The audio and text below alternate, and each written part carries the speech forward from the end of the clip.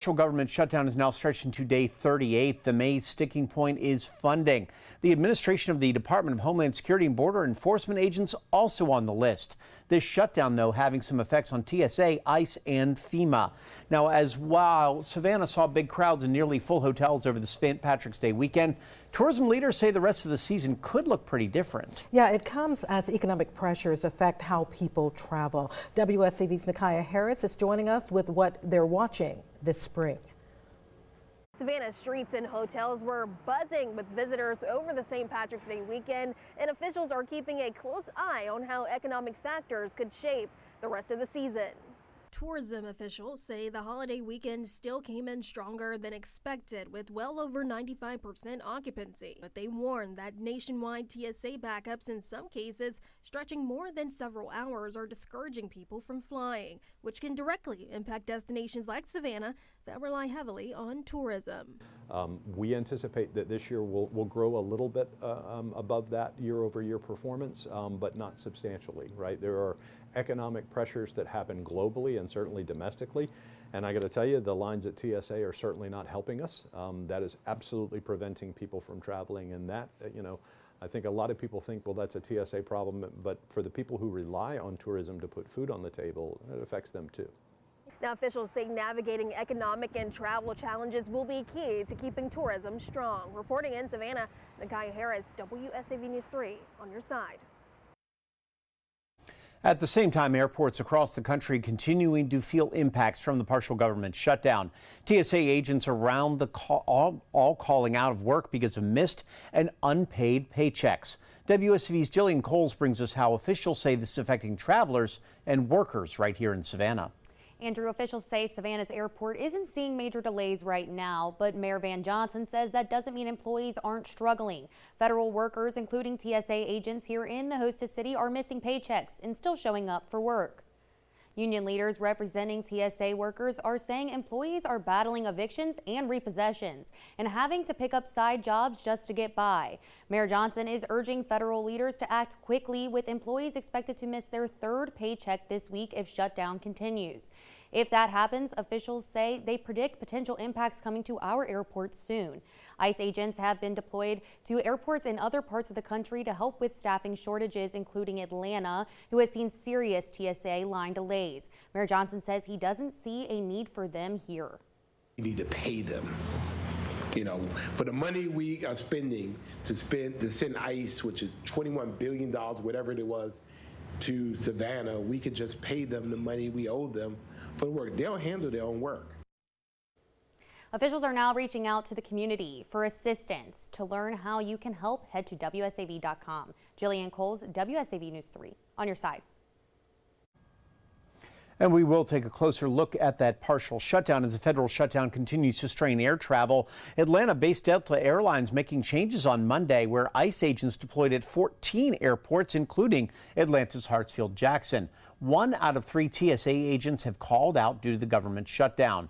The airline says its top priority remains safety, followed by taking care of employees and customers, which now become more difficult under current conditions.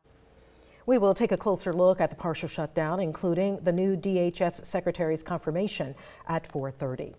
A Kingsland mother arrested for an alleged abortion now out on bond. 31-year-old Alexia Moore is accused of taking misoprostol, a drug that is used to medically induce an abortion. The warrant states she gave birth in December and the infant survived for about an hour, according to the Current.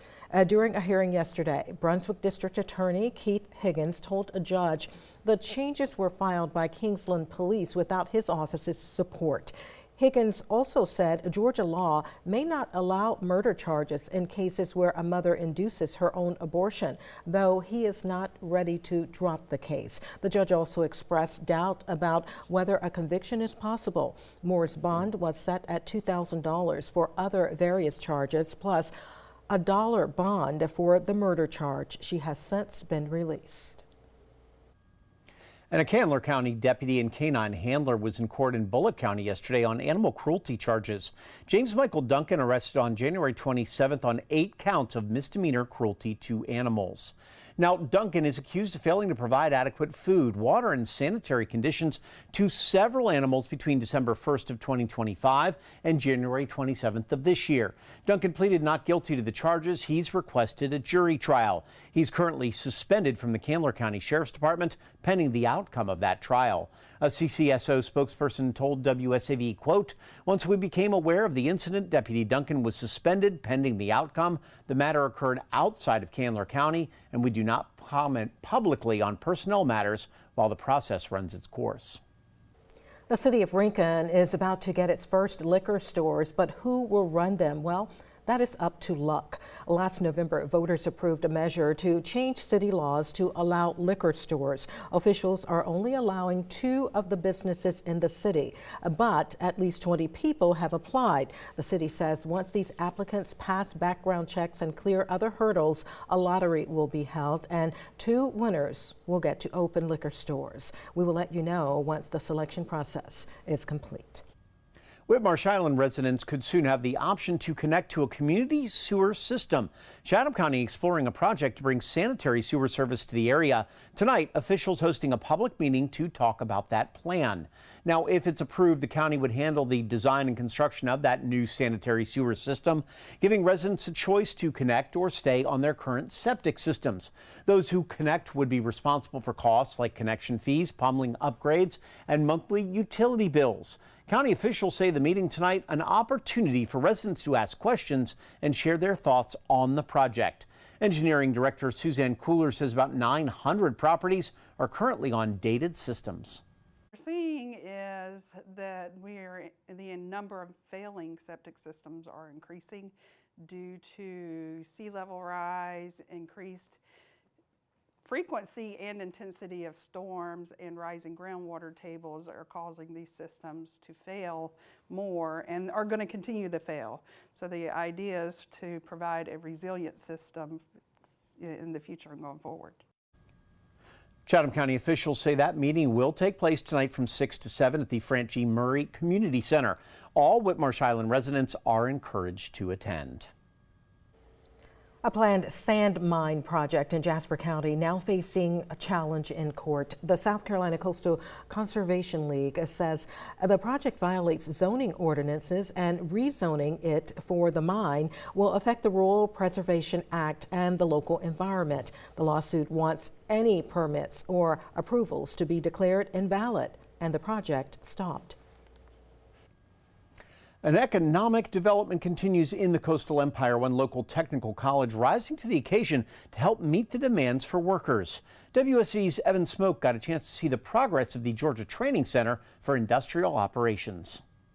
Industry training is happening right behind me here at Ogeechee Tech, but soon students and staff will move to a brand new building that's expected to bring an annual economic impact of $15 million to the region. The 38,000 square foot building will allow the college to nearly double teaching hours for students in multiple fields, including industrial maintenance and automation. This training will prepare participants for jobs locally, such as at the Hyundai Meta plant in Bryan County. If you look at the recent wage and benefits survey that was done by RISE, which is the Regional Industry Support Enterprise, you will see the #1 job that industry in this 8-county region was concerned about filling is industrial maintenance. And that is specifically the jobs that will be trained within this building.